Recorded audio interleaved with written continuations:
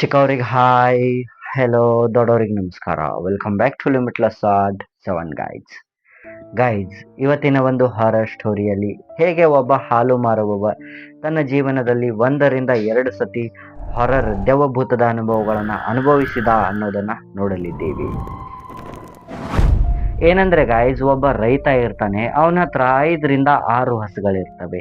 So ಅವನ್ think ಮಾಡ್ತಾನೆ, ಇದರಿಂದ ನಾನು ಹಾಲೆಲ್ಲ ಕರೆದು ಮಾರಿದ್ರೆ ನಂದು ಸೈಡ್ ಇನ್ಕಮ್ ಆಗುತ್ತದೆ ಅಂತ ಅವನು ಊರಲ್ಲಿ ಹಾಲು ಮಾರಲು ಸ್ಟಾರ್ಟ್ ಮಾಡ್ತಾನೆ.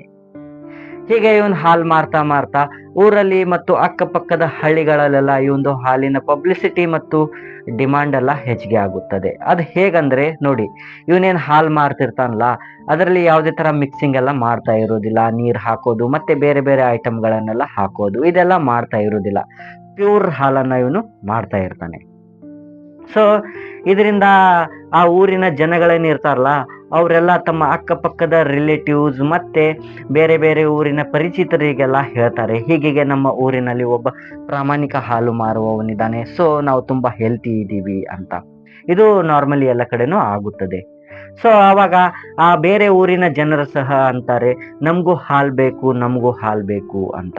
ಸೊ ಅಂದಾಗ ಇವನಿಗೆ ಅನ್ಸುತ್ತದೆ, ಯಾಕೆ ನಾನು ಇನ್ನ 10 ರಿಂದ 15 ಹಸುಗಳನ್ನ ಖರೀದಿ ಮಾಡಿ ಅದರಿಂದ ಹಾಲು ಕರೆದು ಮಾರಿದ್ರೆ ಫುಲ್ ಟೈಮ್ ಜಾಬ್ ಆಗುತ್ತದೆ ಆ್ಯಂಡ್ ಪ್ರಾಫಿಟ್ ಸಹ ಹೆಚ್ಚಿಗೆ ಆಗುತ್ತದೆ ಅಂತ ಅಂದು ಇವನ್ ಮನೆಗೆ ಬರ್ತಾನೆ. ಬಂದು ತನ್ನ ತಂದೆ ತಾಯಿಗಳಿಗೆ ಹೇಳ್ತಾನೆ, ಹೀಗೆ ನಾನು 10 ರಿಂದ 15 ಹಸುಗಳನ್ನ ಖರೀದಿಸ್ಬೇಕಂತ ಮಾಡಿದ್ದೀನಿ ಅಂತ.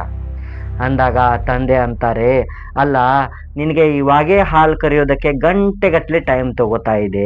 ಅಕಸ್ಮಾತ್ ನೀನು 10 ರಿಂದ 15 ಹಸುಗಳನ್ನ ಖರೀದಿಸಿದೆ ಅಂತ ಇಟ್ಕೋ, ಅದರಿಂದ ನೀನು ಹಾಲು ಯಾವಾಗ ಕರೆಯೋದು, ಮತ್ತೆ ಅದನ್ನ ಹೋಗಿ ನೀನು ಯಾವಾಗ ಮಾರಿ ಬರೋದು, ಇದರಲ್ಲೇ ನಿಂದು ಟೈಮ್ ವೇಸ್ಟ್ ಆಗ್ಬಿಡುತ್ತದೆ ಅಂತ ಅಂತಾರೆ.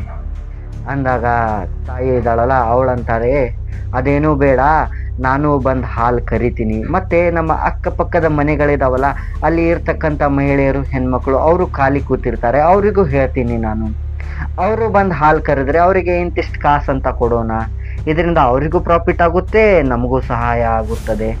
ಅಂದಾಗ ತಂದೆ ಅಂತಾರೆ, ಗುಡ್ ಐಡಿಯಾ. ನಾನೇನು ಮಾಡ್ತೀನಿ ಅಂದರೆ, ನಾನು ಸಹ ಈ ಒಂದು ದನದ ಕೊಟ್ಟಿಗೆ ಏನಿದೆಯಲ್ಲ ಅದನ್ನು ಕ್ಲೀನಿಂಗ್ ಮಾಡೋದು, ಹಸುಗಳಿಗೆ ಮೇವೆಲ್ಲ ಹಾಕೋದು ಮಾಡ್ತೀನಿ. ಸೊ ನೀನು ಹೋಗಿ ಜಸ್ಟ್ ಹಾಲು ಹಾಕಿ ಬರೋದಷ್ಟೇ ಮಾಡು ಅಂತ. ಹೀಗೆ ಇವರು ತಮ್ಮ ಒಂದು ಪ್ಲ್ಯಾನಿಂಗ್ ಮಾಡ್ತಾರೆ. ಆ್ಯಂಡ್ ಅದರಂತೆ ಅವನು 10 ರಿಂದ 15 ಹಸುಗಳನ್ನು ಖರೀದಿಸಿ ಇವಾಗ ಊರಲ್ಲಿ ಮಾರ್ನಿಂಗ್ ಹಾಲು ಹಾಕ್ತಿರ್ತಾನೆ ಆ್ಯಂಡ್ ಸಂಜೆ ಹೊತ್ತು ಅಕ್ಕಪಕ್ಕದ ಹಳ್ಳಿಗಳಿಗೆಲ್ಲ ಹೋಗ್ತಿರ್ತಾನೆ. ಸೊ ಇವನ ಹತ್ರ ಒಂದು ಸೈಕಲ್ ಇರ್ತದೆ, ಆ ಸೈಕಲ್ ಮೇಲೇನೆ ಎಲ್ಲ ಮಾಡ್ತಿರ್ತಾನೆ. ಒಂದು ಸೈಕಲ್ ಮತ್ತೆ ಹಿಂದೆ 2 ದೊಡ್ಡ ಕ್ಯಾನ್ಗಳನ್ನು ಇಟ್ಕೊಂಡು ಇವನು ತುಳ್ಕೊಂಡು ಹೋಗ್ತಿರ್ತಾನೆ. ಸೊ ಹೀಗೆ ಮಾಡ್ತಿರ್ಬೇಕಾದ್ರೆ ಒಂದು ದಿನ ಏನಾಗುತ್ತದೆ ಅಂದರೆ, ಇವರ ತಂದೆ ಇದಾರಲ್ಲ, ಅವರಿಗೆ ಒಂದು ಬೇರೆ ಊರಿಗೆ ಅಂದರೆ ತಮ್ಮ ಒಂದು ಫ್ರೆಂಡ್ನ ಮಕ್ಕಳ ಮ್ಯಾರೇಜು ಅಥವಾ ಏನೋ ಹೀಗೆ ಇರುತ್ತದೆ. ಸೊ ಅವರು ಹೋಗಿರ್ತಾರೆ, 2 ದಿನ ಇರೋದಿಲ್ಲ. ಸೊ ಹಾಗಾಗಿ ಎಲ್ಲ ಒಂದು ಆ ದನದ ಕೊಟ್ಟಿಗೆ ಸಂಭಾಳಿಸೋದು, ಮೇವು ಹಾಕೋದು ಇವನ್ ಜವಾಬ್ದಾರಿ ಆಗ್ಬಿಡ್ತದೆ. ಸೊ ಇವನ್ ಇವಾಗ ಸಂಜೆ ಹೊತ್ತು ಬೇರೆ ಊರಿಗೆ ಹಾಲು ತಗೊಂಡು ಹೋಗಿದ್ದಾನೆ. ಇವನ್ ಯಾವತ್ತು ತನ್ನ ಹತ್ರ ಎಕ್ಸ್ಟ್ರಾ ಒಂದು 10 ರಿಂದ 12 ಲೀಟರ್ ಹಾಲು ಇಟ್ಕೊತಿರ್ತಾನೆ. ಯಾಕಂದರೆ ಆ ಒಂದು ಬೇಸಿಗೆಯ ದಿನ ಇರುತ್ತದೆ ಆ್ಯಂಡ್ ಊರಿನಲ್ಲಿ ಇರ್ತಕ್ಕಂಥ ಜನರು ಮೊಸರು ಹಾಕಬೇಕು, ನಾವು ಪನ್ನೀರ್ ಮಾಡಬೇಕು, ಅದಿದಂತ ತಗೊಳ್ದೇ ಇರೋ ಜನ ಸಹ ಹಾಲು ಕೇಳ್ತಿರ್ತಾರೆ. ಆ್ಯಂಡ್ ಯಾರು ತಗೋತಿರ್ತಾರಲ್ಲ ಅವರು ಸಹ ಹೆಚ್ಚಿಗೆ ಕೇಳ್ತಿರ್ತಾರೆ.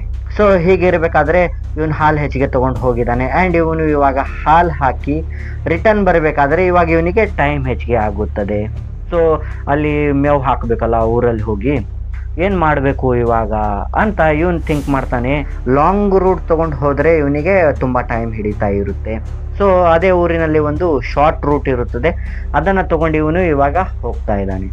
ಹೋಗ್ತಿರ್ಬೇಕಾದ್ರೆ ಆ ಒಂದು ಊರಿನ ಹೊರಗಡೆ ಹೊಲ ಗದ್ದೆ ಅವೆಲ್ಲ ಇರ್ತವೆ ಆ್ಯಂಡ್ ಆ ಒಂದು ಹೊಲದಿಂದ ಒಂದು ಸೌಂಡ್ ಬರುತ್ತದೆ, ಯೋ ಹಾಲ್ ಮಾರೋನೆ ನಿತ್ಕೋ ಅಂತ.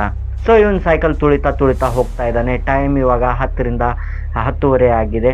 ಇವನು ಹೀಗೆ ಹೋಗ್ತಿರ್ಬೇಕಾದ್ರೆ ಇವನಿಗೆ ಸೌಂಡ್ ಆ ಕಡೆ ಕೇಳಿಸುತ್ತಲ್ಲ, ಆ ಕಡೆ ನೋಡ್ತಾನೆ. ನೋಡಿದರೆ ಒಂದು ಹೊಲದಲ್ಲಿ ಒಂದು ಮನೆ ಇದೆ ಆ್ಯಂಡ್ ಎದುರುಗಡೆ ಒಬ್ಬ ಅಜ್ಜಿ ನಿಂತ್ಕೊಂಡಿದ್ದಾಳೆ. ಅವಳು ಹಾಲು ಬೇಕು ಅಂತ ಕೇಳ್ತಾ ಇದ್ದಾಳೆ. ಸೊ ಇವನು ಹೀಗೆ ಹೋಗ್ತಾ ಹೋಗ್ತಾ ಅಂತಾನೆ, ಅಜ್ಜಿ ಹಾಲಿಲ್ಲ, ಅಜ್ಜಿ ಹಾಲಿಲ್ಲ, ನಾಳೆ ನಾಳೆ ನಾಳೆ ಅಂತ ಇವನು ಹೀಗೆ ಹೋಗ್ತಿರ್ತಾನೆ. ಬಟ್ ಅಜ್ಜಿ ಎದುರುಗಡೆ ಬಂದು ನಿಂತ್ಕೊಂಡ್ಬಿಡ್ತಾಳೆ. ಅಂತಾಳೆ, ಇಲ್ಲ ಸ್ವಲ್ಪ ಆದ್ರೂ ಹಾಲು ಕೊಡು, ನೋಡು ಅಲ್ಲಿ ಇಲ್ಲಿ ಉಳ್ದಿರ್ಬೋದು ಅಂತ ಅಂದಾಗ ಈ ಒಂದು ಹಾಲು ಮಾರೋನಂತಾನೆ, ಇಲ್ಲ ಅಜ್ಜಿ ಇವತ್ತು ಫುಲ್ ಡಿಮ್ಯಾಂಡ್ ಇತ್ತು, ಹಾಲೆಲ್ಲ ಖರ್ಚಾಗ್ಬಿಟ್ಟಿದೆ, ಎಕ್ಸ್ಟ್ರಾ ನಾನು ಹಾಲು ತಂದರೂ ಉಳ್ದಿಲ್ಲ.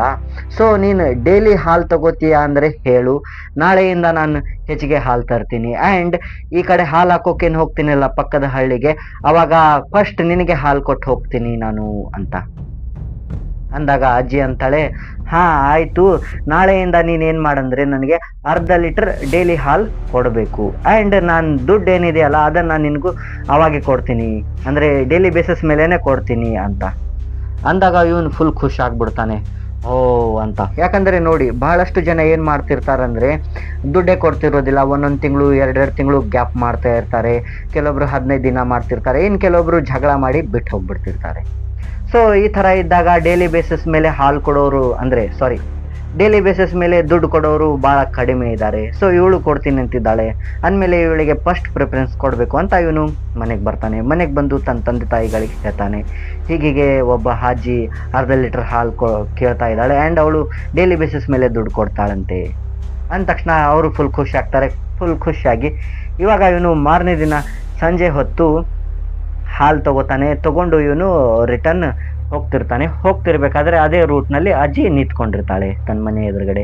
ಸೊ ಅವಳು ಕೇಳಿದಾಗ ಇವನು ಹಾಲು ಕೊಡೋಕೆ ಹೋಗ್ತಾನೆ. ಅರ್ಧ ಲೀಟರ್ ಹಾಲು ಹೇಳಿರ್ತಾಳೆ ಅವಳು.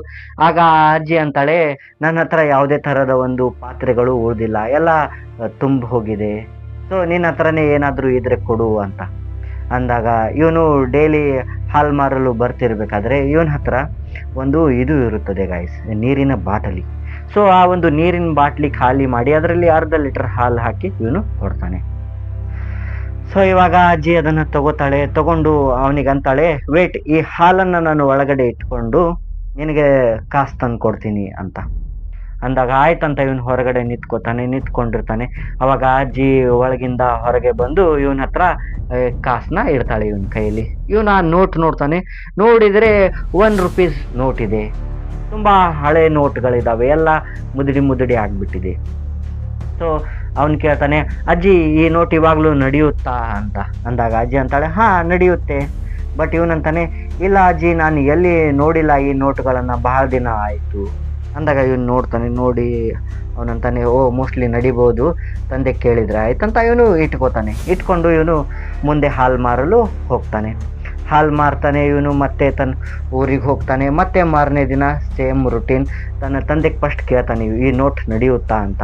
ಆವಾಗ ತಂದೆ ಅಂತಾರೆ, ಹಾ ಇದು ತುಂಬ ಹಳೆ ಕಾಲದ ನೋಟ್ ಆಗಿದೆ, ಹಾ ಬಟ್ ನಡೆಯುತ್ತೆ ಅಂತ ಅಂದಾಗ ಆಯಿತು ಅಂತ ಇವನು ಮತ್ತೆ ಮಾರನೇ ದಿನ ಸೇಮ್ ಅಜ್ಜಿಗೆ ಹಾಲು ಹಾಕ್ತಾನೆ.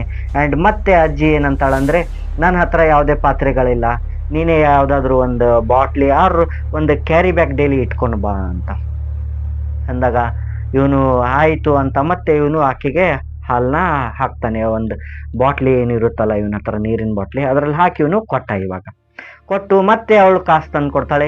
ಇವತ್ತು ಮತ್ತೆ ಅವಳು ಏನು ಮಾಡ್ತಾಳೆ ಅಂದರೆ ಓಲ್ಡ್ 8 ಕಾಯಿನ್, 20 ಪೈಸೆ ಕಾಯಿನ್ ಅಂಥವೆಲ್ಲ ತಂದು ಕೊಡ್ತಾಳೆ.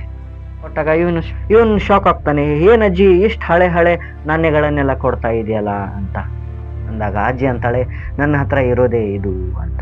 ಆಯಿತು ಅಂತ ಇವನು ತಗೊಂಡು ಮತ್ತೆ ಹಾಲು ಮಾರ್ತಾನೆ. ಮತ್ತೆ ಮನೆಗೆ ಬರ್ತಾನೆ. ಮನೆಗೆ ಬಂದು ತಂದೆಗೆ ತೋರಿಸ್ತಾನೆ. ತಂದೆ ಅಂತಾರೆ, ಹಾಂ ಇದು ನಡಿಬೋದು, ತಗೋ ಇದನ್ನು ನಡೆಸೋಣ ನಾವು ಅಂತ. ಆಯಿತು ಅಂತ ಮತ್ತೆ ಮಾರನೇ ದಿನ ಹೋಗ್ತಾನೆ. ಮತ್ತೆ ಮಾರನೇ ದಿನ ಸೇಮ್ ಥೇರಿ, ಅದೇ ಥರ ಅಜ್ಜಿ ಮತ್ತೆ ಅಂತಾಳೆ, ನನ್ನ ಹತ್ರ ಯಾವುದೇ ಥರ ಪಾತ್ರೆಗಳಿಲ್ಲ, ನೀನೇ ನನಗೆ ಬಾಟ್ಲಿ ಅಲ್ಲಿ ಒಂದು ಸ್ವಲ್ಪ ಹಾಲು ಹಾಕ್ಕೊಡು ಅಂತ ಅಂದ್ಕೂಡ್ಲೆ ಆಯ್ತಂತ ಇವನು ಹಾಲು ಹಾಕ್ಕೊಡ್ತಾನೆ. ಹೀಗೆ ಒಂದು ವಾರ ಆಗುತ್ತದೆ. ಒಂದು ವಾರ ಆದಮೇಲೆ ಇವನು ಅಜ್ಜಿಗೆ ಹಾಲು ಹಾಕಿ ಬೇರೆ ಊರಲ್ಲಿ ಹೋಗಿ ಹಾಲು ಹಾಕ್ತಿರ್ತಾನೆ. ಆ್ಯಂಡ್ ಆ ಊರಿನಲ್ಲಿ ಒಬ್ಬ ವ್ಯಕ್ತಿ ಇರ್ತಾನೆ. ಅವನು ಅಂತಾನೆ, ಅಲ್ಲ ನಾನು ನಿನಗೆ ಮೊನ್ನೆ 1 ಮಂತ್ದು ಫುಲ್ ಪೇಮೆಂಟ್ ಮಾಡಿದೆ, ಬಟ್ ನನಗೆ ರಿಟರ್ನ್ ಚಿಲ್ಲರೆನೇ ಕೊಟ್ಟಿಲ್ಲ ಅಂತ ಅಂದಾಗ ಈ ಹಾಲು ಮಾರೋನು ತನ್ನ ಕಿಸೆಗೆ ಕೈ ಹಾಕಿ ಆ ಅಜ್ಜಿ ಕೊಟ್ಟಿರ್ತಕ್ಕಂಥ ಹಳೆಯ ನೋಟು ಮತ್ತು ಕಾಯಿನ್ಗಳನ್ನು ಆ ವ್ಯಕ್ತಿ ಕೈಗೆ ಕೊಟ್ಟಾಗ ಆ ವ್ಯಕ್ತಿ ಅದನ್ನು ತಗೊಂಡು ನೋಡ್ತಾನೆ. ಅಲ್ಲ ಇದು ಇಷ್ಟು ಹಳೆಯ ನಾಣ್ಯಗಳಿದ್ದಾವೆ, ಇವು ನಡೀತಾವ, ಇದನ್ನ ನಿನಗೆ ಯಾರು ಕೊಟ್ಟಿದ್ದು ಅಂತ ಕೇಳ್ತಾನೆ. ಅಂದಾಗ ಆ ಹಾಲ್ ಮಾರೋನ್ ಅಂತಾನೆ, ಹೀಗೆ ಊರು ಹೊರಗಡೆ ಅಂದ್ರೆ ಈ ಒಂದು ಶಾರ್ಟ್ ಕಟ್ ರೂಟ್ ಇದೆಯಲ್ಲ, ಅಲ್ಲಿ ಆ ಹೊಲ ಗದ್ದೆಗಳಲ್ಲಿ ಒಂದು ಮನೆ ಇದೆಯಲ್ಲ, ಆ ಮನೆಯಲ್ಲಿ ಅಜ್ಜಿ ಇರ್ತಿದ್ದಾಳಲ್ಲ ಅವಳೇ ಕೊಟ್ಟಿದ್ದು ಅಂತ. ಅಂದಾಗ ಆ ವ್ಯಕ್ತಿ ಸ್ವಲ್ಪ ಥಿಂಕ್ ಮಾಡಿ ಅವನ್ ಕೇಳ್ತಾನೆ, ಎಲ್ಲಿ ನೀನ್ ಹೇಳ್ತಾ ಇರೋದು, ಯಾವ ರೂಟ್ ಅಂದಾಗ ಅವನ್ ತೋರಿಸ್ತಾನೆ, ಇದೇ ರೂಟ್ ಈ ಕಡೆ ಹೊರಗಡೆ ಇದೆಯಲ್ಲ ಲೆಫ್ಟ್ ಸೈಡ್ ನಲ್ಲಿ ಅಂತ. ಅಂದಾಗ ಆ ವ್ಯಕ್ತಿ ಅಂತಾನೆ, ಹೌದು, ಬಟ್ ಅಲ್ಲಿ ಯಾವುದೇ ತರ ಒಂದು ಮನೆಗಳಿಲ್ಲ ಅಂಡ್ ಏನು ಇಲ್ಲ, ಬರೀ ಅದು ಒಂದು ಬಂಜರ್ ಬಿದ್ದಿರ್ತಕ್ಕಂಥ ಭೂಮಿ ಆಗಿದೆ ಅಂತ. ಅಂದಾಗ ಅವಾಗ ಹಾಲ್ ಮಾರೋನ್ ಅಂತಾನೆ, ಅಲ್ಲ, ಈ ಊರ್ ಹೊರಗಡೆನೆ ಸ್ವಲ್ಪ ದೂರದಲ್ಲಿ ಒಂದು ದೊಡ್ಡ 4 ಆಲದ ಮರಗಳಿದಾವಲ್ಲ, ಅದರ ಕೆಳಗಡೆ ಒಂದು ಮನೆ ಇದೆ ನೋಡಿ, ಅದೇ ಅಂತ. ಅಂದಾಗ ಮತ್ತೆ ಈ ಒಂದು ಏನಿದಾನಲ್ಲ ವ್ಯಕ್ತಿ ಅವನಂತಾನೆ, ನಾನು ಈ ಊರಿನಲ್ಲಿ ತುಂಬಾ ವರ್ಷಗಳಿಂದ ವಾಸವಾಗಿದ್ದೀನಿ, ನನಗೆ ಈ ಊರಿನ ಪ್ರತಿಯೊಂದು ರೂಟ್ ಮತ್ತೆ ಪ್ಲೇಸಸ್ಗಳೆಲ್ಲ ಗೊತ್ತಿದ್ದಾವೆ.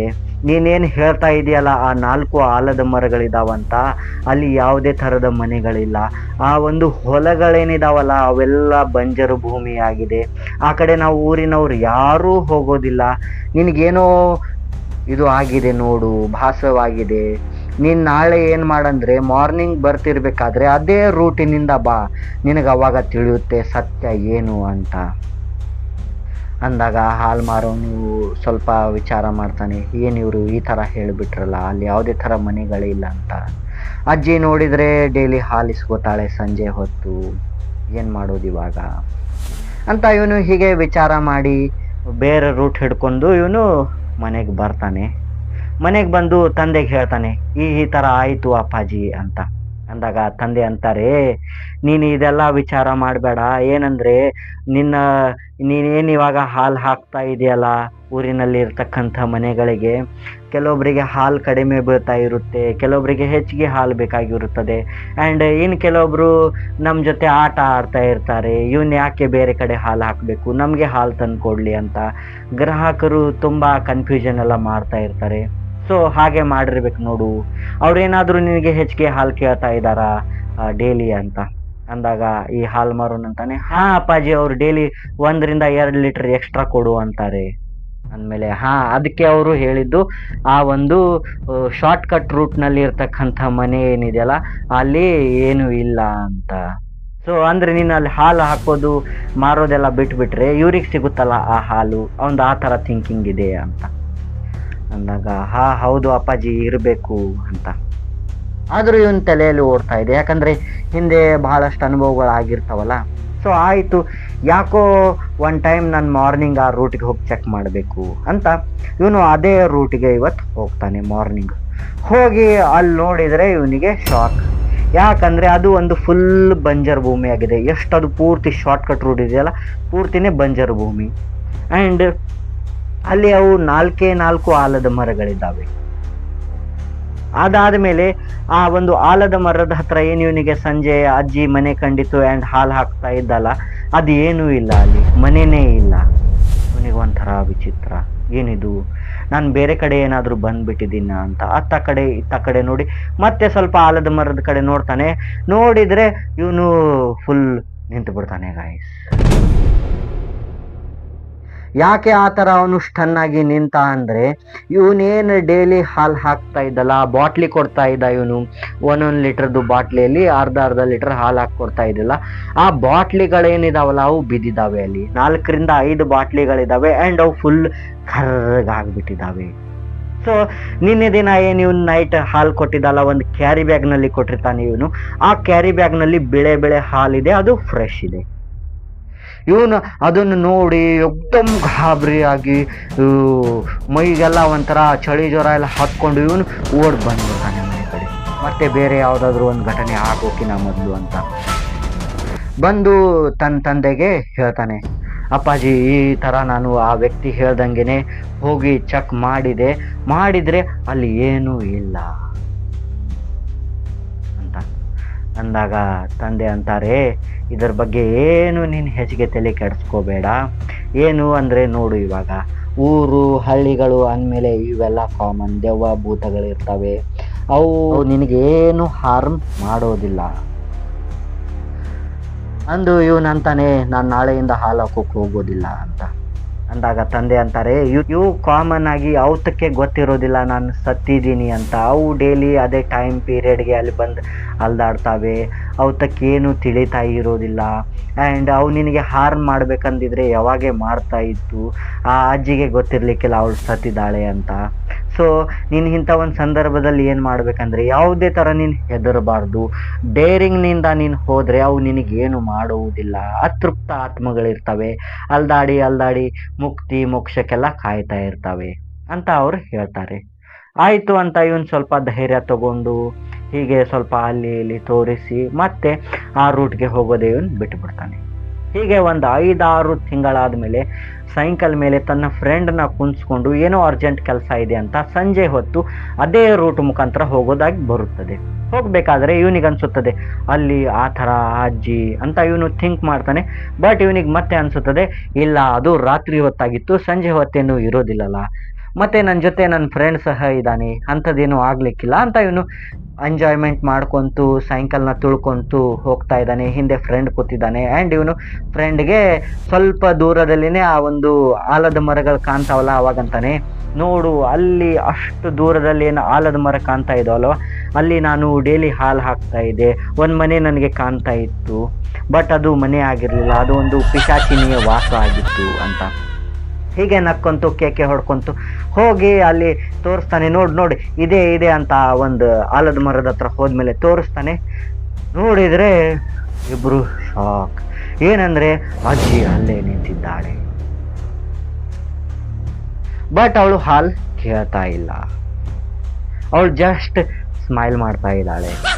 ಇವನು ತುಂಬಾ ಗಾಬರಿಯಾಗಿ ತನ್ನ ಫ್ರೆಂಡ್ಗೆ ಕೇಳ್ತಾನೆ, ನಿನಗೆ ಏನಾದರೂ ಕಾಣ್ತಾ ಅಲ್ಲಿ ಅಂತ ಅಂದಾಗ ಇವನು ಫ್ರೆಂಡ್ ಇರ್ತಾನಲ್ಲ, ಅವನು ಇವನ್ಕಿನ್ನ ದೊಡ್ಡ ಮಹಾ ಪುಕ್ಲ. ಅವನು ಅಂತಾನೆ, ಹಿಂದ್ಗಡೆ ಅಜ್ಜಿ ಕಂಡಿದ್ಲು ಆ್ಯಂಡ್ ಅವಳು ಸ್ಮೈಲ್ ಮಾಡ್ತಾ ಇದ್ಲು. ಸೊ ಹೀಗೆ ಇವರು ಇಬ್ರು ಭಯ ಬಿದ್ದು ಗಾಯ್ಸ್ ಮೈಗೆ ಚಳಿ ಜ್ವರ ಎಲ್ಲ ಹತ್ಕೊಂಡು ಊರಿಗೆ ಬರ್ತಾರೆ. ಬಂದು ಕೌದಿ ಎಲ್ಲ ಹೊತ್ಕೊಂಡು ಮಲ್ಕೊಂಡ್ಬಿಡ್ತಾರೆ. ತುಂಬಾನೇ ಭಯ ಪಟ್ಟಿರ್ತಾರೆ. ಮತ್ತೆ ಹೇಗೋ ಎಲ್ಲ ರಿಕವರ್ ಆಗುತ್ತೆ. ಹೀಗೆ ಆ ಊರಿಗೆ ಹಾಲು ಹಾಕೋದೇ ಇವನು ಬಿಟ್ಟು ಬಿಡ್ತಾನೆ. ಆ್ಯಂಡ್ ಹೀಗೆ ಇವನು ತುಂಬ ಕಷ್ಟಪಟ್ಟು ಹಾಲು ಹಾಕ್ತಿರ್ತಾನೆ. ಆದರೂ ಅಕ್ಕಪಕ್ಕದ ಬೇರೆ ಬೇರೆ ಹಳ್ಳಿಗಳಿಗೆಲ್ಲ ಹಾಕ್ತಿರ್ತಾನಲ್ಲ, ಹಾಕ್ತಾ ಇವನು ದುಡ್ಡೆಲ್ಲ ಗಳಿಸಿದ ಮೇಲೆ ಒಂದು M80 ಸ್ಕೂಟರ್ ತಗೋತಾನೆ ಗೈಸ್. ತಗೊಂಡು ಇವನು ಹಾಲು ಹಾಕಲು ಸ್ಟಾರ್ಟ್ ಮಾಡ್ತಾನೆ. ಆ್ಯಂಡ್ ದೂರನೇ ಹೋಗ್ತಾ ಇರ್ತಾನೆ ಇವಾಗ ಇವನು ಹಾಲು ಹಾಕಲು. ಮೊದಲಿಗೆ ಏನು ಮಾಡ್ತಾ ಇದ್ದ ಅಂದರೆ ಸೈಕಲ್ ಮೇಲೆ ತುಳ್ಕೊಂತೆಲ್ಲ ಹೋಗ್ತಾ ಇದ್ದ. ಕೈ ಕಾಲುಗಳೆಲ್ಲ ದಷ್ಟು ಪುಷ್ಟವಾಗಿದ್ವು. ಯಾಕಂದರೆ ನೋಡಿ, ಒಂದು 20-30-40 ಲೀಟರ್ ಹಾಲುಗಳನ್ನು ಇವನು ಸೈಕಲ್ ಮುಖಾಂತರನೇ ಒಯ್ತಾ ಇದ್ದ. ಅದು ತುಳಿದು ಇವನ ಕೈ ಕಾಲೆಲ್ಲ ಗಟ್ಟಿಯಾಗಿದ್ದು. ಬಟ್ ಇವಾಗ ಇವನು ಸ್ಕೂಟರ್ ನಡೆಸ್ತಾ ಇದ್ದಾನಲ್ಲ, ಇವನ ಕೈ ಕಾಲೆಲ್ಲ ತೆಳ್ಳಗಾಗ್ಬಿಟ್ಟಿರ್ತವೆ, ಸ್ವಲ್ಪ ದಪ್ಪ, ಹೊಟ್ಟೆ ದಪ್ಪ, ಈ ಥರ ಒಬೆಸಿಟಿ ಟೈಪ್ ಆಗಿರುತ್ತದೆ. ಆ್ಯಂಡ್ ಇವನು ಕೂತಲ್ಲಿ ಎಲ್ಲ ಕೆಲಸ ಮಾಡ್ತಿರ್ತಾನೆ. ಬಟ್ ತನ್ನ ಪ್ರಾಮಾಣಿಕತೆಯನ್ನು ಇವನು ಬಿಟ್ಟಿರೋದಿಲ್ಲ. ಸೊ ಹೀಗೆ ಇವನು ಮಾರ್ನಿಂಗ್ ಹಾಲು ಹಾಕೋದು ಬಿಡ್ತಿರ್ತಾನೆ. ಸಂಜೆ ಹೊತ್ತು ಸ್ಕೂಟರ್ ಅಲ್ಲ, ಪಟ್ ಅಂತ ಹಾಲು ಹಾಕ್ತಾ ಹೋಗ್ತಿರ್ತಾನೆ. ಹೀಗೆ ಬೇರೆ ಹಳ್ಳಿಗಳಿಗೆ ಇವನು ಹೋಗ್ತಿರ್ತಾನೆ. ಹೋಗ್ತಾ ಏನಂದರೆ, ಒಂದು ದಿನ ಬೇರೆ ಹಳ್ಳಿದು ಕಾಂಟ್ರಾಕ್ಟ್ ಇವನಿಗೆ ಸಿಗುತ್ತದೆ, ನಮ್ಮ ಹಳ್ಳಿಗೂ ನೀನು ಹಾಲು ಹಾಕಬೇಕು ತಂದಂತ. ಆಯಿತು ಅಂತ ಇವನು ಹಾಲು ಹಾಕಲು ಹೋಗ್ತಿರ್ತಾನೆ. ಆ ಒಂದು ಹಳ್ಳಿ ರೂಟಲ್ಲಿ ಹೋಗ್ತಿರ್ಬೇಕಾದ್ರೆ ಅಲ್ಲಿ ಹಳ್ಳಗಳಿರ್ತವೆ, ಗಿಡ ಗಂಟೆಗಳೆಲ್ಲ ಇರ್ತವೆ. ಸೊ ತಗ್ಗ ಗುಂಡಿಗಳೆಲ್ಲ ಇರ್ತಾವಲ್ಲ, ಇವನು ಹೋಗ್ತಿರ್ತಾನೆ ಸ್ಕೂಟರ್ ತಗೊಂಡು. ರಾತ್ರಿ 9-9:30 ಸುಮಾರು ಆಗಿದೆ. ಹೋಗ್ತಾ ಇವಾಗ ಸ್ಕೂಟರ್ ಹೋಗ್ತಾ ಇದೆ. ಒಂದು ಹಳ್ಳ ಬರುತ್ತದೆ. ಹಳ್ಳ ಬಂದಾಗ ಈ ಥರ ಸ್ಕೂಟರ್ ಡೌನ್ ಹೋಗಿ ಮತ್ತೆ ಅಪ್ ಮೇಲೆ ಬರಬೇಕು. ಯಾವಾಗ ಈ ಸ್ಕೂಟರ್ ಹೀಗೆ ಡೌನ್ ಹೋಗಿ ಅಪ್ ಮೇಲೆ ಬರುತ್ತೋ ಇವನ್ ಸ್ಕೂಟರ್ ಹೆವಿ ಆಗಿಬಿಡುತ್ತದೆ. ಮುಂದೆ ಓಡ್ತಾನೆ ಇಲ್ಲ, ತುಂಬ ಸ್ಲೋ ಆಗಿ ಮೂವ್ ಆಗ್ತಾ ಇದೆ. ಆ್ಯಂಡ್ ಈ ಹಿಂದಿನ ಗಾಲಿಯಲ್ಲಿ ಏನೋ ಚರ್ರ ಅಂತ ಸೌಂಡ್ ಬರುತ್ತೆ. ಈ ಕ್ಯಾರಿ ಬ್ಯಾಗ್ ಅಥವಾ ಏನೋ ಅಡ್ಗೆ ಏನೋ ಸಿಕ್ಕೊಂಡ್ರೆ, ಮುಳ್ಳು ಗಿಳು ಏನೋ ಸಿಕ್ಕೊಂಡ್ರೆ ಹೇಗೆ ಬರುತ್ತೆ ನೋಡಿ, ಕಟ್ ಚರ್ರ ಅಂತ ಆ ಥರ ಸೌಂಡ್ಸ್ ಎಲ್ಲ ಬರ್ತಾ ಇದೆ. ಇವನಿಗೆ ಡೇರಿಂಗೇ ಆಗ್ತಾ ಇಲ್ಲ ಹಿಂದೆ ನೋಡೋಕೆ, ಏನಾಗಿದೆಯೋ ಏನೋ ಹಾಳೆ ಗೇಳೆ ಸಿಕ್ಕೊಂಡಿರ್ಬೇಕು ಬಿಡು ಅಂತ ಇವನು ಹೀಗೆ ಆ ಸ್ಕೂಟರ್ ತಗೊಂಡು ಹೋಗ್ತಾನೆ. ಹೋಗಿ ಸ್ವಲ್ಪ ದೂರದಲ್ಲಿ ಒಂದು 5-6 ಕಿಲೋಮೀಟರ್ ಆದಮೇಲೆ ಮತ್ತೆ ಸ್ಕೂಟರ್ ನಾರ್ಮಲ್ ಆಗುತ್ತದೆ. ಸೊ ಇವನು ಹಾಲು ಹಾಕ್ತಾನೆ, ಮನೆಗೆ ಬರ್ತಾನೆ. ಬಂದು ನೈಟ್ ಏನು ಚೆಕ್ ಮಾಡೋದಿಲ್ಲ, ತುಂಬ ಸುಸ್ತಾಗಿರೋದ್ರಿಂದ ಮಲಗಿ ಮಾರ್ನಿಂಗ್ ಎದ್ದು ಸ್ಕೂಟರ್ ನೋಡ್ತಾನೆ. ನೋಡಿದರೆ ಎಲ್ಲ ಕರೆಕ್ಟ್ ಇದೆ, ಏನೂ ಇಲ್ಲ. ಏನು ಒಂಥರ ಚರ್ ಅನ್ನೋ ಸೌಂಡು ಇಲ್ಲ, ಮತ್ತು ಕಟ್ ಕಟ್ ಅನ್ನೋ ಸೌಂಡು ಇಲ್ಲ. ಸೊ ಮತ್ತೆ ಇವನು ಸಂಜೆ ಅದೇ ರೂಟ್ಗೆ ಹಾಲು ಹಾಕಲು ಹೋಗ್ತಾನೆ. ಮತ್ತೆ ಎಲ್ಲ ನಾರ್ಮಲ್ ಹೋಗ್ತಾ ಇರುತ್ತೆ. ಯಾವಾಗ ಆ ಹಳ್ಳದಲ್ಲಿ ಇವನು ಸ್ಕೂಟರ್ ಡೌನ್ ಹೋಗಿ ಮೇಲೆ ಬರುತ್ತೆ, ಮತ್ತೆ ಸ್ಕೂಟರ್ ಹೆವಿ ಆಗುತ್ತೆ. ಮತ್ತೆ cut cut cut cut cut ಚರ್ ಅಂತ ಒಂಥರ ಈ ಹಾಳೆ ಸಿಕ್ಕಂಗೆ ಬರುತ್ತಲ್ಲ, ಅದೇ ಥರ ಸೌಂಡ್ ಬರ್ತಾ ಇದೆ. ಮತ್ತೆ ಅದು 5-6 ಕಿಲೋಮೀಟರ್ ಅದೇ ಥರ ಸೌಂಡ್. 5-6 ಕಿಲೋಮೀಟರ್ ಆದಮೇಲೆ ಮತ್ತೆ ಡೌನ್, ಏನೂ ಇಲ್ಲ, ಎಲ್ಲ ನಾರ್ಮಲ್. ಇವನಿಗೆ ಭಯ ತುಂಬ ಆಗ್ತಾ ಇದೆ. ಏನಿದು, 1 ವಾರ ಆಯಿತು ಇದೇ ಥರ ಆಗ್ತಾ ಇದೆಯಲ್ಲ ಅಂತ ಅಂದು. ಆದರೂ ಇರಲಿ ಬಿಡು, ಏನೋ ಆಗ್ತಾ ಇರಬೇಕು, ಆ ರೂಟ್ನಲ್ಲಿ ಪ್ರಾಬ್ಲಮ್ ಇರಬೇಕು. ಯಾಕಂದರೆ ತಗ್ಗು ಪ್ರದೇಶಗಳಿದ್ದಾವೆ, ಎತ್ತರದ ಪ್ರದೇಶಗಳಿದ್ದಾವೆ, ಆ್ಯಂಡ್ ಅಲ್ಲಿಗೆ ಮಣ್ಣೆಲ್ಲ ಹರಡಿಕೊಂಡಿದೆ ಅಂತ ಇವನು ಥಿಂಕ್ ಮಾಡ್ತಾನೆ. ಇವನು ಹೀಗೆ ಹೋಗ್ತಾನೆ ಹೋಗ್ತಾನೆ ಹೋಗ್ತಾನೆ. 1-2 ವಾರ, 3 ವಾರ, 4 ವಾರ ಆಗುತ್ತೆ. ಆದ ತಕ್ಷಣ ಗಾಯ್ಸ್, ಒಂದು ದಿನ ಏನಂದರೆ ಮತ್ತೆ ಅದೇ ಒಂದು ಏನಿದೆಯಲ್ಲ, ನಾನು ಹೇಳಿದ್ನಲ್ಲ, ಆ ಒಂದು ಹಳ್ಳ ಇದೆಯಲ್ಲ, ಹಳ್ಳದಲ್ಲಿ ಡೌನ್ ಹೋಗಿ ಸ್ಕೂಟರ್ ಮೇಲೆ ಬಂದ ಮೇಲೇ ಏನಾಗುತ್ತದೆ ಅಂದರೆ, ಸ್ವಲ್ಪ ದೂರದಲ್ಲಿ 1 ಕಿಲೋಮೀಟರ್ ದೂರದಲ್ಲಿ ಆ ದಿನ ಫುಲ್ ಹೆವಿ ಆಗಿರುತ್ತೆ ಸ್ಕೂಟರ್. ಆ್ಯಂಡ್ ಅದು ನಡುವೆನೇ ಬಂದು ಬಿದ್ದು ಬಿಡುತ್ತದೆ. ಏನೋ ಚೈನ್ ಏನೋ ಕಿತ್ಕೊಂಡು ಬಿದ್ದಿರಬೇಕು. ಸೊ ಇವನಿಗೆ ಏನೋ 6th ಸೆನ್ಸ್ನಲ್ಲಿ ಹೊಡಿತಾ ಇದೆ, ಏನೋ ಆಗ್ತಾ ಇದೆ, ಇದು ಯಾಕೋ ಸರಿ ಹೋಗ್ತಾ ಇಲ್ಲ ಇವತ್ತು. ನಾನು ಹಿಂದೆ ತಿರುಗಿ ನೋಡಬೇಕಾ ಏನು ಸ್ಕೂಟರ್ಗಾಗಿದೆ ಅಂತ. ನೋಡ್ಲಿಕ್ಕಂದ್ರೆ ಸ್ಕೂಟರೇ ಮುಂದೆ ಹೋಗೋದಿಲ್ಲ, ಏನು ಮಾಡೋದು ಅಂತ ಇವನು ತುಂಬ ಭಯ ಬಿದ್ದು ಹೇಗೋ ಗಾಯ್ಸ್ ಹಿಂದೆ ತಿರುಗಿ ನೋಡಿದರೆ ಇವನಿಗೆ ಶಾಕ್. ಇವನು ಫುಲ್ ಅಂಡ ಹೊಡೆದು ನಿಂತ್ಕೊಂಡ್ಬಿಡ್ತಾನೆ. ಮೈ ಕೈಯೆಲ್ಲ ನಡುಗು ಹೋಗುತ್ತದೆ. ತುಂಬ ಶಾಕ್ನಲ್ಲಿರ್ತಾನೆ ಇವನು. ಏನಂದರೆ ಇವನ ಹಿಂದಿನ ಸೀಟ್ನಲ್ಲಿ ಒಬ್ಬ ಹುಡುಗ ಕೂತಿರ್ತಾನೆ. ಅವನದು ಏಜ್ ಒಂದು 9ರಿಂದ 10 ಅಥವಾ 12 ಇದರ ಆಸ್ಪಾಸ್ನಲ್ಲಿನೇ ಇರಬೇಕು.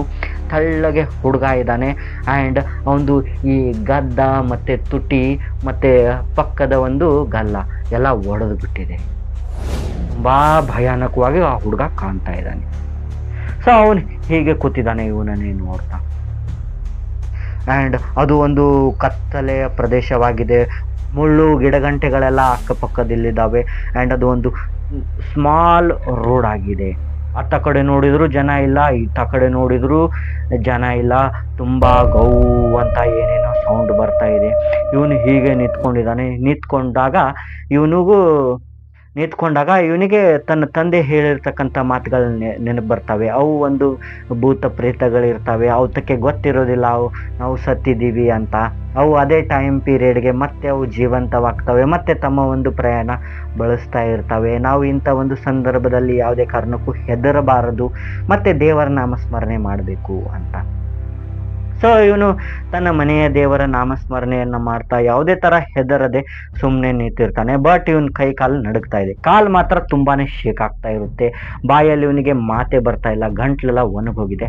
ಆ್ಯಂಡ್ ಇವನು ತುಂಬ ಒಂದು ಭಯದಲ್ಲಿ ಅತ್ತ ಕಡೆ ನೋಡ್ಕೊತ ಆ ಹುಡುಗಗೆ ಕೇಳ್ತಾನೆ, ಓಯ್ ಯಾರು ನೀನು, ಯಾಕೆ ನೀನು ಇಲ್ಲಿ ಕೂತಿದ್ಯಾ, ನನ್ನ ಸ್ಕೂಟರ್ನಿಂದ ನೀನು ಕೆಳಗಿಳಿದು ಹೋಗು ಅಂತ ಅಂದಾಗ ಆ ಹುಡುಗ ಇದ್ದಾನಲ್ಲ, ಆ ಹುಡುಗ ಅಂತಾನೆ, ಅಂಕಲ್ ನನ್ನನ್ನ ಕೆಳಗೆ ಇಳಿಸಬೇಡಿ, ಇಲ್ಲೇ ಸ್ವಲ್ಪ ದೂರದಲ್ಲಿ 5 ಕಿಲೋಮೀಟರ್ ಆದ್ಮೇಲೆ ನನ್ನ ಮನೆ ಇದೆ, ನಾನು ಅಲ್ಲಿಗೆ ಹೋಗ್ತೀನಿ, ನನಗೆ ಬಿಟ್ಬಿಡಿ ಅಲ್ಲಿಗೆ ಒಯ್ದು, ಇಲ್ಲಾಂದ್ರೆ ಈ ಕತ್ತಲೆಯಲ್ಲಿ ದೆವ್ವ ಭೂತಗಳೆಲ್ಲ ಹಿಡ್ಕೊಂಡ್ಬಿಡ್ತವೆ ಅಂತ ಅಂದಾಗ ಇವನು ಥಿಂಕ್ ಮಾಡ್ತಾನೆ, ಅಲ್ಲ ಇವನೇ ಒಂದು ದೆವ್ವ ಭೂತ ಇದ್ದಾನೆ, ಆ್ಯಂಡ್ ಮತ್ತೆ ಇವನಿಗೆ ಯಾವ ದೆವ್ವ ಭೂತ ಹಿಡ್ಕೊತಿರ್ಬೇಕು, ನಾನೇ ಹೆದರ್ಸಾಯ್ತಾ ಇದ್ದೀನಿ, ಈ ಮಗನಿಗೂ ಯಾವ ಹಿಡಿತಾವ ದೆವ್ವ ಭೂತಗಳು ಅಂತ ಇವನು ಭಯದಲ್ಲಿ ಮನಸ್ಸಿನಲ್ಲೇ ಥಿಂಕ್ ಮಾಡ್ತಾನೆ.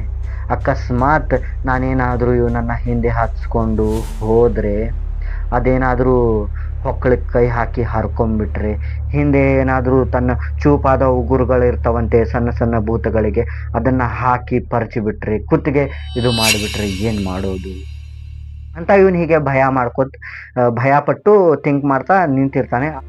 ಅವಾಗ ಪುಟ್ಟ ಹುಡುಗ ಅಂತಾನೆ, ಅಂಕಲ್ ನಾನೇನು ನಿಮ್ಮ ಹೊಕ್ಕಳ ಬಗೆಯೋದಿಲ್ಲ, ಇವತ್ತು ನನ್ನನ್ನು ಒಯ್ದಲ್ಲಿಗೆ ಬಿಡಿ ಅಂತ ಅಂದಾಗ ಇವನಿಗೆ ಶಾಕ್ ಆಗುತ್ತೆ. ಅಲ್ಲ ಇದಕ್ಕೆ ನನ್ನ ಮನಸ್ಸಿನ ಮಾತು ಸಹ ಅರ್ಥ ಆಗ್ತಾ ಇದೆಯಲ್ಲ ಅಂತ.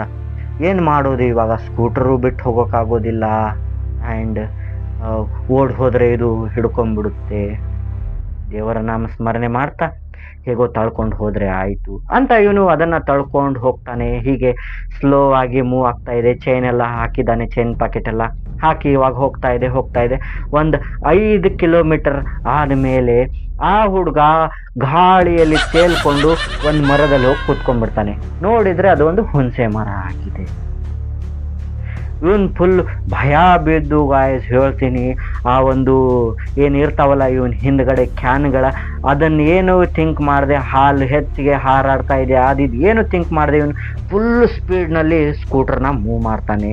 ಆ್ಯಂಡ್ ಯಾವಾಗ ಆ ಹುಡುಗ ಆ ಒಂದು ಹುಣಸೆ ಮರದಲ್ಲಿ ಹತ್ಕೊಂಡು ಕೂತ್ಕೋತಾನೋ ಗಾಳಿಯಲ್ಲಿ ತೇಲಿ, ಆ್ಯಂಡ್ ಇತ್ತ ಕಡೆ ಈ ಒಂದು ಸ್ಕೂಟರ್ ಇದೆಯಲ್ಲ ಇದು ಮತ್ತೆ ನಾರ್ಮಲ್ ಆಗುತ್ತದೆ. ಯಾವುದೇ ಥರ ಟಕ್ ಟಕ್ ಟಕ್ ಸೌಂಡ್ ಇಲ್ಲ, ಚರ್ ಅನ್ನೋ ಒಂದು ಸೌಂಡು ಇಲ್ಲ, ತುಂಬ ಲೈಟಾಗಿ ಸ್ಕೂಟರ್ ಮೂವ್ ಆಗ್ತಾ ಇದೆ. ಇವನು ತುಂಬ ಒಂದು ಭಯದಲ್ಲಿ ಸ್ಪೀಡಾಗಿಯೇ ಹೋಗ್ತಾ ಇದ್ದಾನೆ. ಸೊ ಹೀಗೆ ಇವನು ಮುಂದಿನ ಹಳ್ಳಿಗೆ ಹೋಗ್ತಾನೆ. ಆ್ಯಂಡ್ ಹೋಗಿ ಇವನು ಥಿಂಕ್ ಮಾಡ್ತಾನೆ, ಓ ಅಂದರೆ ಇದೇ ಡೈಲಿ ನನ್ನ ಜೊತೆ ಹಿಂದೆ ಕೂತ್ಕೋತಾ ಇದ್ದಿದ್ದು. ಯಾಕಂದರೆ ಆ ಒಂದು ಹಳ್ಳದಲ್ಲಿ ಇಳ್ಕೊಂಡಾಗ ಅದು ಅಲ್ಲಿ ಹತ್ಕೊತಾ ಇತ್ತು. ಆ್ಯಂಡ್ ಆ ಒಂದು ಅಲ್ಲಿಂದ ಹೋಗ್ತಿರ್ಬೇಕಾದ್ರೆ ಇದರದ್ದು ವೇಟ್ನಿಂದಾನೇ ಹೆವಿ ಆಗ್ತಾ ಇತ್ತು ಸ್ಕೂಟರ್ ಅಂತ ಇವನಿಗೆ ಅರ್ಥ ಆಗುತ್ತದೆ. ತುಂಬಾ ಭಯ ಬಿದ್ದಿರ್ತಾನೆ. ಆ್ಯಂಡ್ ಇವಾಗ ಏನಂದರೆ ಇವನು ಮುಂದಿನ ಹಳ್ಳಿಗೆ ಹೋಗಿದ್ದಾನಲ್ಲ, ಅಲ್ಲೇ ಒಂದು ಮನೆ ಇರುತ್ತದೆ. ಆ ಮನೆಯ ಮೇಲೇ ಇವನು ಬಿದ್ಕೊಂಡು ಕೂತ್ಕೊಂಡ್ಬಿಡ್ತಾನೆ. ಕೂತ್ಕೊಂಡಾಗ ಆ ಮನೆಯವರು ಬಂದು ಕೇಳ್ತಾರೆ, ಏನಾಯಿತು, ಯಾಕೆ ನೀನು ಈ ಥರ ಕೂತ್ಕೊಂಡಿದೀಯಾ, ತುಂಬ ಭಯ ಬಿದ್ದಿದೆಯಾ ಅನಿಸುತ್ತೆ, ಮೈ ತುಂಬ ಬೆವ್ತು ಹೋಗಿದೆ ಇಂಥ ಒಂದು ಥಂಡಿಯಲ್ಲಿಯೂ, ಏನಾಯಿತು ಹೇಳು ಅಂತ ಅಂದಾಗ ಇವನು ಭಯದಲ್ಲಿ ಅಂತಾನೆ, ಇಲ್ಲ ಹೀಗೆ ನಿಮ್ಮ ಹಿಂದಿನ ಊರಿನ ಹಳ್ಳದಲ್ಲಿ ಈ ಥರ ಇನ್ಸಿಡೆಂಟ್ ಆಯಿತು ಅಂತ ಎಲ್ಲ ವಿವರಿಸಿ ಅವನಂತಾನೆ, ನಾನು ನನ್ನ ಹಳ್ಳಿಗೆ ರಿಟರ್ನ್ ಹೋಗೋದಿಲ್ಲ, ನಾನು ಇವತ್ತಿಲ್ಲೇ ನಿಮ್ಮ ಮನೆಯಲ್ಲೇ ಮಲ್ಕೋತೀನಿ, ನಮ್ಮ ತಂದೆ ತಾಯಿಯನ್ನ ಕರೆಸಿ, ನನ್ನ ಫ್ರೆಂಡ್ಸ್ನ ಕರೆಸಿ ಅಂತ. ಇವನು ಭಯ ಬಿದ್ದುಬಿಟ್ಟಿದ್ದಾನೆ. ಫುಲ್ ಭಯ ಬಿದ್ದು ಅಳ್ತಾ ಇದ್ದಾನೆ. ಇವನು ಮುಂದೆ ಏನು ಮಾಡ್ಬೇಕಂತಾನೆ ತಿಳಿತಾ ಇಲ್ಲ. ಎಲ್ಲ ಕಡೆ ಅದೇ ಇವನಿಗೆ ಕಾಣ್ತಾ ಇದೆ, ಏನು ಮಾಡೋದು ಇವಾಗ ಅಂದಾಗ ಆ ವ್ಯಕ್ತಿ ಇರ್ತಾನಲ್ಲ ಆ ಮನೆಯವನು, ಅವನಂತಾನೆ, ಡೋಂಟ್ ವರಿ, ಹೆಚ್ಚಿಗೆ ಇದ್ರ ಬಗ್ಗೆ ತಲೆ ಕೆಡಿಸ್ಕೋಬೇಡ, ಇವೆಲ್ಲ ಕಾಮನ್ ಇರ್ತವೆ, ಅವೆಲ್ಲ ಅಡ್ಡಾಡ್ತಾ ಇರ್ತವೆ, ಇವು ನಿನಗೆ ಕಾಣಿಸಬಾರ್ದು ಅಂದರೆ ನಾನು ಒಂದು ಟ್ರಿಕ್ ಹೇಳ್ತೀನಿ, ಅದನ್ನು ಮಾಡು ಅಂತ ಅಂದಾಗ ಇವನು ಕೇಳ್ತಾನೆ, ಏನು ಟ್ರಿಕ್ ಅಂತ. ಆವಾಗ ಆ ವ್ಯಕ್ತಿ ಅಂತಾನೆ, ಏನಿಲ್ಲ, ನಾರ್ಮಲ್ ನಿನ್ನ ಕೈಗೆ ಒಂದು ಬೆಳ್ಳಿಯ ಉಂಗುರ ಅಥವಾ ಒಂದು ಕೊರಳಲ್ಲಿ ಬೆಳ್ಳಿಯ ಚೈನ್ ಹಾಕೋ, ಇಲ್ಲ ಒಂದು ಬೆಳ್ಳಿಯ ಬ್ರೇಸ್ಲೆಟ್ ಹಾಕೋ, ಮತ್ತು ನಿನ್ನ ಒಂದು ಸ್ಕೂಟರ್ನ ಒಂದು ಕೀ ಚೈನ್ ಇದೆಯಲ್ಲ ಅದನ್ನು ಬೆಳ್ಳಿಯ ಕೀ ಚೈನ್ ಆಗಿ ಚೇಂಜ್ ಮಾಡು, ನೋಡು ಎಲ್ಲ ಸರಿ ಹೋಗುತ್ತೆ, ನಿನಗೆ ಯಾವುದೇ ಥರ ದೇವಭೂತ ಏನೂ ಕಾಣೋದಿಲ್ಲ ಅದರಿಂದ ಅಂತ ಅಂದಾಗ, ಹಾಂ ಆಯಿತು, ಬಟ್ ನಾಳೆ ನೋಡೋಣ, ಇವಾಗ ಇವನು ಬೇಡ ಅಂತ ಅವನು ಅಲ್ಲೇ ಮಲ್ಕೋತಾನೆ. ಮತ್ತೆ ಮಾರನೇ ದಿನ ಅವರ ಫ್ರೆಂಡ್ ಬಂದು ಇವನನ್ನು ಒಯ್ದು ಮನೆಗೆ ಹಾಕ್ತಾರೆ. ಮನೆಗೆ ಹಾಕಿದಾಗ ತಂದೆ ಹೇಳ್ತಾರೆ, ಇವನಿಗೆ ಸಮಾಧಾನ ಮಾಡಿ ಅವರು ಅಂತಾರೆ, ನೋಡು ಆ ವ್ಯಕ್ತಿ ಏನು ಹೇಳಿದಾನಲ್ಲ ಕೈಗೆ ಒಂದು ಚೈನ್ ಅಥವಾ ಏನೋ ಹಾಕು ಅಂತ, ಅದು ಬೆಳ್ಳಿದಿರ್ಬೇಕಂತ ಸಿಲ್ವರ್ದು, ಸೊ ಅದನ್ನು ಹಾಕ್ಕೊಂಡು ಹೋಗು ಅಂತ. ಬಟ್ ಈ ಒಂದು ಹಾಲು ಮಾರೋನಂತಾನೆ, ಇಲ್ಲ ನಾನು ಯಾವುದೇ ಕಾರಣಕ್ಕೂ ಆ ರೂಟ್ಗೆ ಹೋಗೋದಿಲ್ಲ ಇನ್ಮೇಲೆ ಅಂತ ಅಂದಾಗ ತಂದೆ ಅಂತಾರೆ, ಹೀಗಾದರೆ ಹೇಗೆ, ಇಷ್ಟು ಭಯ ಪಟ್ಕೊಂಡು ಕೂತ್ರೆ, ನಾನು ನಿನ್ನ ಜೊತೆ ಬರ್ತೀನಿ ನಡಿ, ಇವತ್ತು ನೈಟ್ ನೋಡೋಣ ಅದು ಕಾಣುತ್ತಾ ಅಂತ ತುಂಬ ಡೈರಿಂಗ್ ಆಗಿ ತಂದೆ ಹೇಳ್ತಾರೆ. ಇಬ್ಬರು ಸಹ ಇವಾಗ ಏನಂದರೆ, ತಂದೆ ಒಂದು ಬೆಳ್ಳಿಯ ಉಂಗುರ ಹಾಕ್ಕೊಂಡಿದ್ದಾರೆ, ಇವನು ಒಂದು ಬೆಳ್ಳಿಯ ಚೈನ್ ಹಾಕ್ಕೊಂಡಿದ್ದಾನೆ, ಮತ್ತು ಆ ಒಂದು ಸ್ಕೂಟರ್ನ ಕೀ ಚೈನ್ಗೆ ಬೆಳ್ಳಿಯ ಒಂದು ಇದನ್ನು ಹಾಕಿದ್ದಾನೆ, ಬೆಳ್ಳಿಯ ಕೀ ಚೈನ್ ಹಾಕಿದ್ದಾನೆ. ನಾರ್ಮಲ್ ಇದನ್ನು ತೆಗೆದು ರಾತ್ರಿ ಹೊತ್ತು ಹಾಲನ್ನು ಇಟ್ಕೊಂಡು ಇವರು ಮತ್ತೆ ಅದೇ ಹಳ್ಳದ ಮುಖಾಂತರ ಹೋಗ್ತಾ ಇದ್ದಾರೆ. ಆ್ಯಂಡ್ ಹೇಗೆ ಈ ಒಂದು ಹಳ್ಳ ಸಮೀಪ ಬರುತ್ತಲ್ಲ, ತಂದೆ ಏನು ಮಾಡ್ತಾರೆ ಅಂದರೆ ಅವರು ಸಹ ಭಯಪಟ್ಟು ಮುಂದೆ ಸರ್ಕೊಂಡು ಕೂತ್ಕೊಂಡ್ಬಿಡ್ತಾರೆ.